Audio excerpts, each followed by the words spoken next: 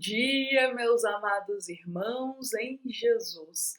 Que a paz do Cristo se faça presente aqui entre nós, que possamos todos iniciar a nossa manhã com um coração cheio de alegria, com um coração cheio de serenidade, e que o Cristo, o nosso divino amigo, derrame sobre cada lar a tua paz, o teu amor e a tua serenidade, abrandando a nossa alma nesta manhã que se inicia. E hoje, meus amados irmãos, nós vamos convidar a todos para conversarmos e refletirmos um pouco mais sobre os laços de inimizade.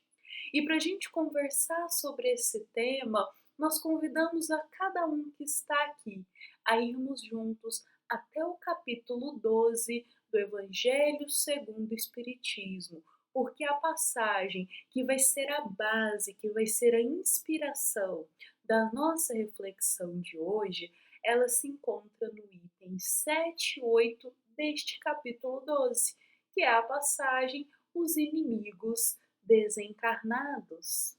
Quando nós lemos esta passagem do Evangelho, que está inspirando a nossa reflexão de hoje, nosso coração ele é tocado para o perdão, para a compaixão e para a indulgência.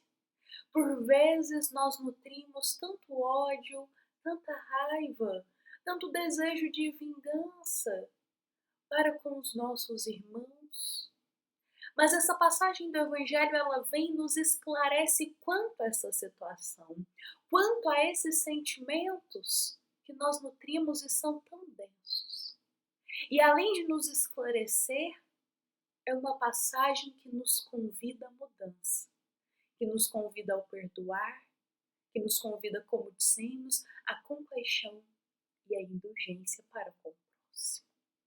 Mas, para a gente iniciar aqui a nossa reflexão de hoje, gostaríamos de destacar um trechinho, um trecho que chamou hoje a nossa atenção para que ele sirva de inspiração para o nosso evangelho diário deste sábado.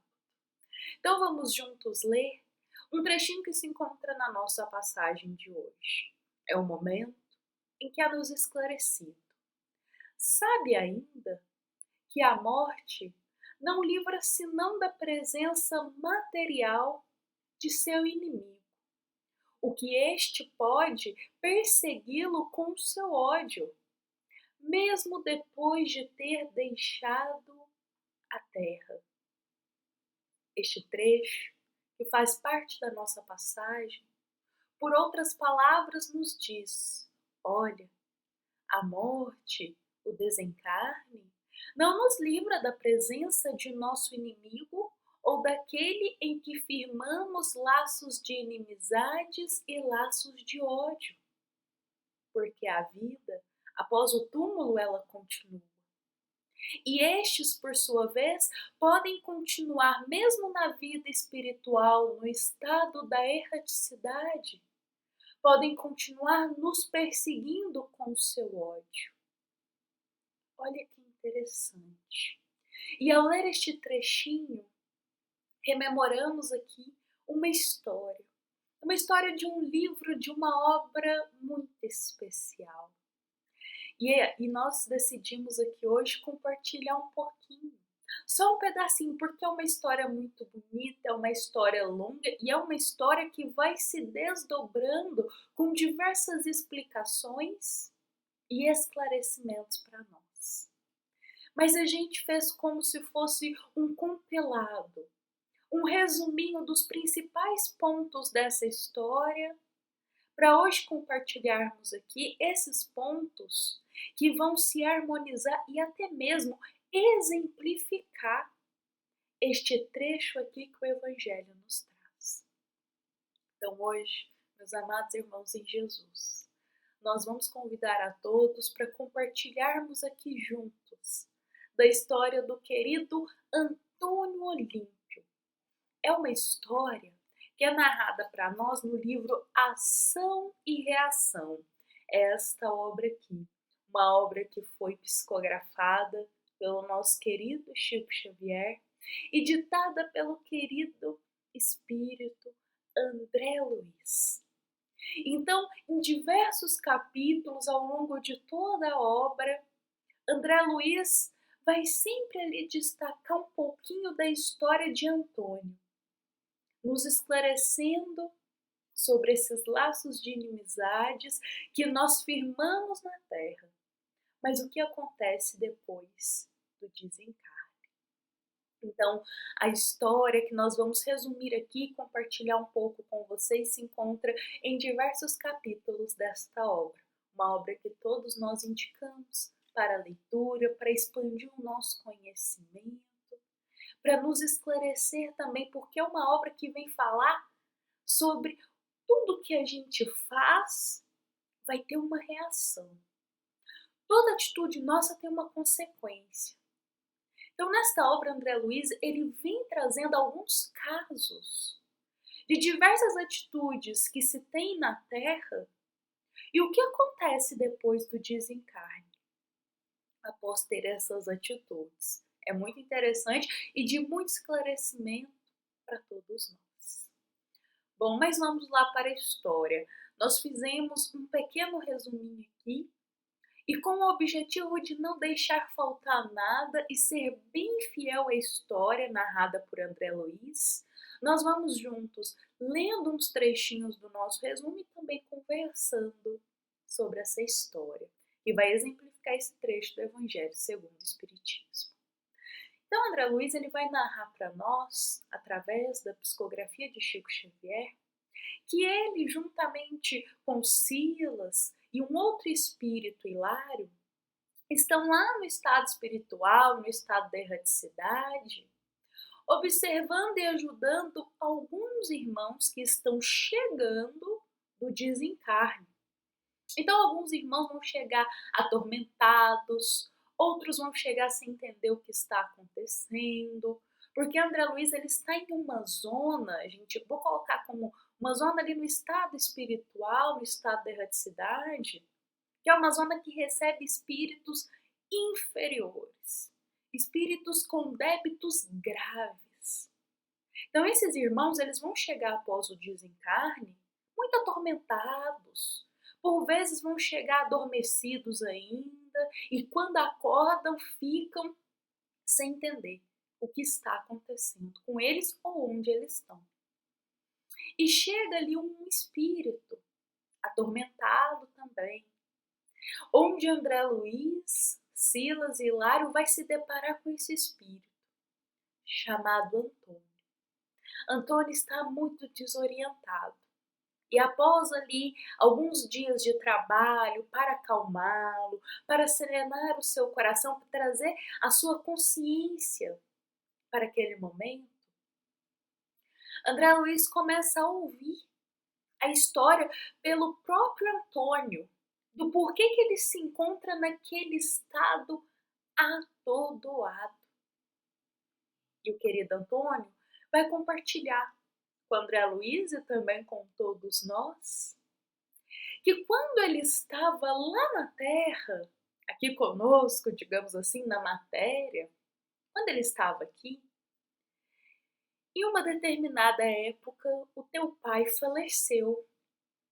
Só que o pai dele era muito rico e deixou fazenda, deixou uma herança muito grande para ele. Só que ele teria que dividir essa herança com mais dois irmãos, Clarindo e Leonel. Contudo, Antônio narra que teu coração estava longe da empatia, da caridade e do amor. E que quando ele viu aquela herança que teu pai havia deixado, a tua alma foi tomada pelo orgulho e pela cobiça. E ele não queria de forma alguma compartilhar essa herança com seus dois irmãos. Ele até narra pra gente que quando ele viu tanta riqueza, os seus olhos brilharam. E ele teve um plano de fazer essa herança duplicar, triplicar. Quando ele viu aquele tanto de dinheiro, ele queria era fazer esse dinheiro crescer ainda mais. Só que os planos dele de fazer essa riqueza crescer não eram os mesmos planos de seus irmãos, Clorinda e Leonel. O que dá a entender a nós é que Clorinda e Leonel eram mais serenos, eram mais tranquilos, não se importavam tanto lá naquela época com o dinheiro, da mesma forma que Antônio. E Antônio, ao perceber isso, fica extremamente incomodado. Ele percebeu que seus irmãos não queriam desenvolver os mesmos planos para dar andamento naquela riqueza da forma que ele queria. E isso deixou extremamente, como dissemos, incomodado. Então, com vistas nesse cenário, Antônio ele começa cada vez mais a nutrir ideias de ódio, de raiva. O coração vai sendo cada vez mais domado pela cobiça. E eis que ele vai ali e planeja algo para tirar os seus irmãos de cena. Porque na cabeça de Antônio, tirando teus irmãos de cena, ou seja, planejando a morte deles, ele poderia ficar com toda a riqueza só para ele. Não precisava dividir mais nada com os irmãos. E esse plano ficou um bom tempo sendo delineado. Até que chegou o dia que Antônio teve coragem e viu que as condições estavam perfeitas para colocar este plano em ação.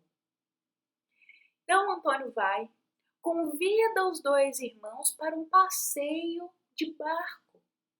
Ali nas águas mesmo da fazenda, próximo, umas águas que eles ambos conheciam. Antônio os convida para esse passeio de barco. Só que antes deles adentrar, ele oferece como parte do plano a teus irmãos um copinho com um licor que havia um entorpecente ali. Porque o plano dele era deixar os irmãos um pouquinho sem consciência para depois colocar em prática a sua ideia. E assim ele faz, ele entrega esse licor com entorpecente para teus irmãos e os convida para subir no barco. O passeio começa a ser feito. Eles conversam, eles trocam ali risos, trocam ideias, até que em um determinado momento Antônio observa que o barco está se aproximando de uma área em que as águas são muito fundas. Ele conhecia aquela área ali e ele sabia disso. E ao mesmo tempo ele nota que os teus irmãos estão começando a perder a consciência devido ao licor com entorpecente que Antônio havia lhes entregado. Então, vendo todo esse conjunto, ele coloca o teu plano em ação, o teu infeliz plano. Ele vai, aproxima-se ali dos irmãos e ele faz um movimento no barco que ele vai se desequilibrar. E nesse desequilíbrio, os irmãos vão cair na água. Eles caem e como as águas são fundas, eles se afogam. E Antônio Olímpio não faz nada para ajudá-los. Bom, Antônio, interessante que ele narra ali, conta para André Luiz que naquele momento a consciência dele pesa, e pesa muito. Quando ele vê o que ele fez, o que ele foi capaz de fazer apenas para ter herança, para ficar com todo o dinheiro, a consciência dele pesa. Mas ao mesmo tempo ele pensa que já é tarde demais, que não há o que fazer. Então ele continua dando andamento em teu plano. Ele vai ali, sai com um barco daquela área e encena toda uma situação, um choro, um pedido de socorro e narra toda uma história distorcida, dizendo que os irmãos estavam ali e eles caíram e ele não pôde fazer nada porque ele não viu a situação.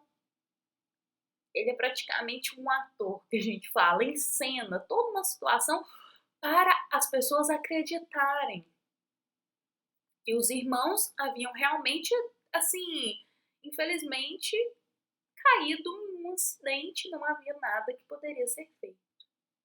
E as pessoas acreditaram na história de Antônio. E ele narra pra gente que ele conseguiu o que ele queria. Ele conseguiu todo o dinheiro, ele conseguiu ficar com a fazenda somente para ele, conseguiu tirar os irmãos de cena, que era o que ele queria. Ele conseguiu fazer tudo. Ele tinha uma mulher também, ele se casou e tinha um filho pequenino na época. Ele conseguiu tudo, só que a consciência dele continuava pesada. E para ele não ouvir o peso da consciência e a voz o chamando para o que ele havia cometido, ele gastava o dinheiro. Então ele com a esposa e o filho viajaram muito, passearam, participaram de grandes festas. Tudo o que podiam fazer para gastar esse dinheiro, essa riqueza, eles fizeram. Viveram no luxo, nada lhes faltaram. Ele ganhou status social, ele ganhou muito poder naquela região, porque ele ficou conhecido como um homem muito rico. E as pessoas na época respeitavam muito esses fazendeiros e a riqueza que eles tinham. Ele ganhou poder, ele ganhou ali, o ego dele foi amaciado, digamos assim, por muitas pessoas e seu orgulho só crescia, crescia, crescia. Só que chega um momento em sua vida que a tua esposa começa a apresentar sinais de loucura. Ela perde totalmente a consciência, ela já não dá mais notícia do que ela fala. E a esposa, por causa desse estado de loucura, ela acaba se afogando no mesmo lago em que Antônio havia afogado os teus irmãos. E nesse momento ele se vê sozinho, viúvo e com um filho para cuidar.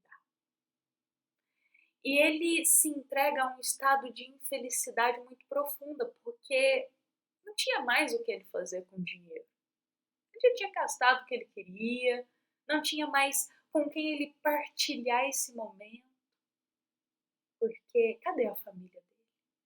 Ele não tinha. Por orgulho, ele fez esse plano infeliz com seus irmãos. Ele colocou o dinheiro à frente do amor perante os laços de família. Então ele vai chegando uma determinada idade que ele está sozinho, na solidão. Ele e o dinheiro e a riqueza dele. O filho é pequenino, não tem como ele ter uma interação tão grande assim com o filho. Sem a esposa, sem amigos, sem família. E ele comenta durante o livro, através da psicografia do Chico, que ele sente muita solidão, muita angústia, e que a consciência começa a pesar. Até que chega o dia em que a hora dele chega. E ele é convidado a partir para o mundo espiritual. É o momento da morte do corpo físico dele. Uma morte natural que nós dissemos porque chegou o momento dele. Então ele parte. E aí começa os tormentos pelos laços de inimizades e por tudo que ele fez com teus irmãos, Clarinda e Leonel.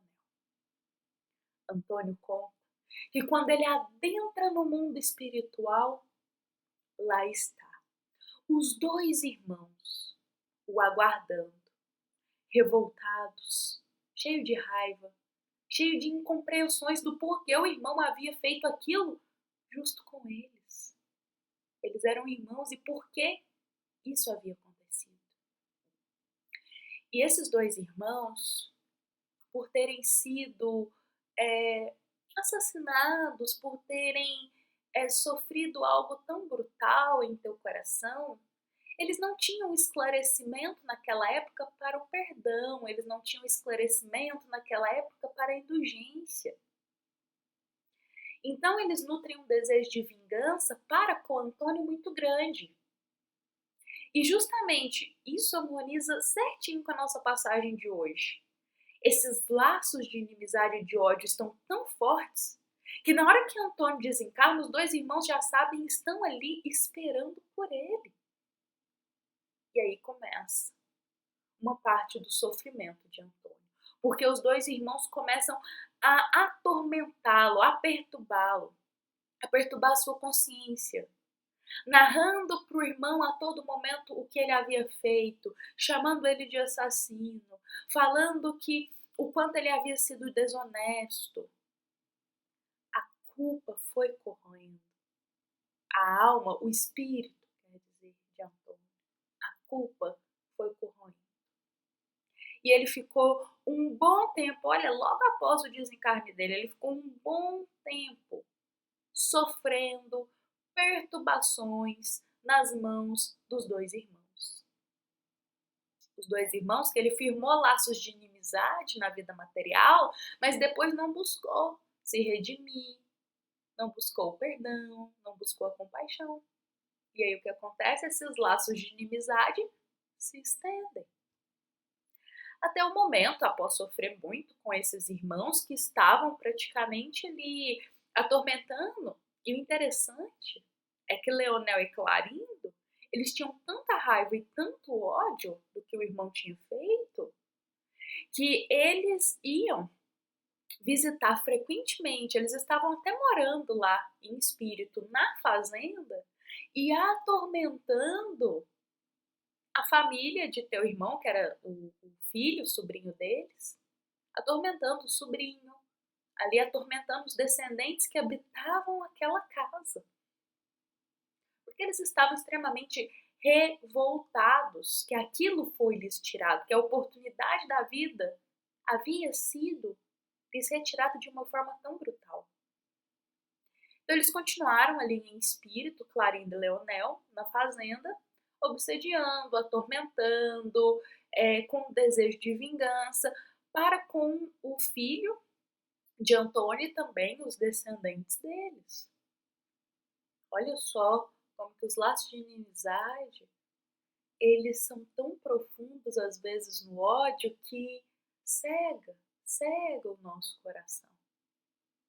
Então os irmãos Clarindo e Leonel atormentavam tanto Antônio, que estava já desencarnado, quanto os descendentes que estavam lá na fazenda, de raiva.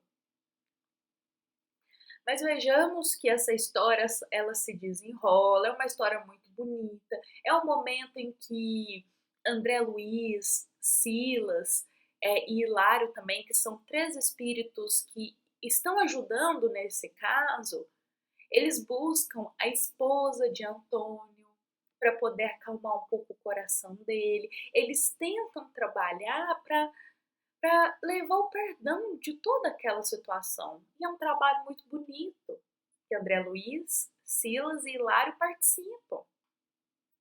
E eu vou desenrolar aqui um pouquinho para o fim da história, para a gente entender, porque é um fim que vai ser um fim muito bonito. É um fim que a gente vai ver o perdão, que para desfazer esses laços de inimizade, vai ser só através do amor e do perdão. Então, o que acontece? Eles recebem a oportunidade de programar uma próxima existência, com a ajuda da espiritualidade superior a eles, em que Antônio iria reencarnar e trazer Leonel e Clarindo como teus dois filhos. Ou seja, ele iria dar a vida àqueles que ele retirou a vida, e como pai, ele iria ter a missão de ter que proporcionar tudo que ele retirou desses dois irmãos.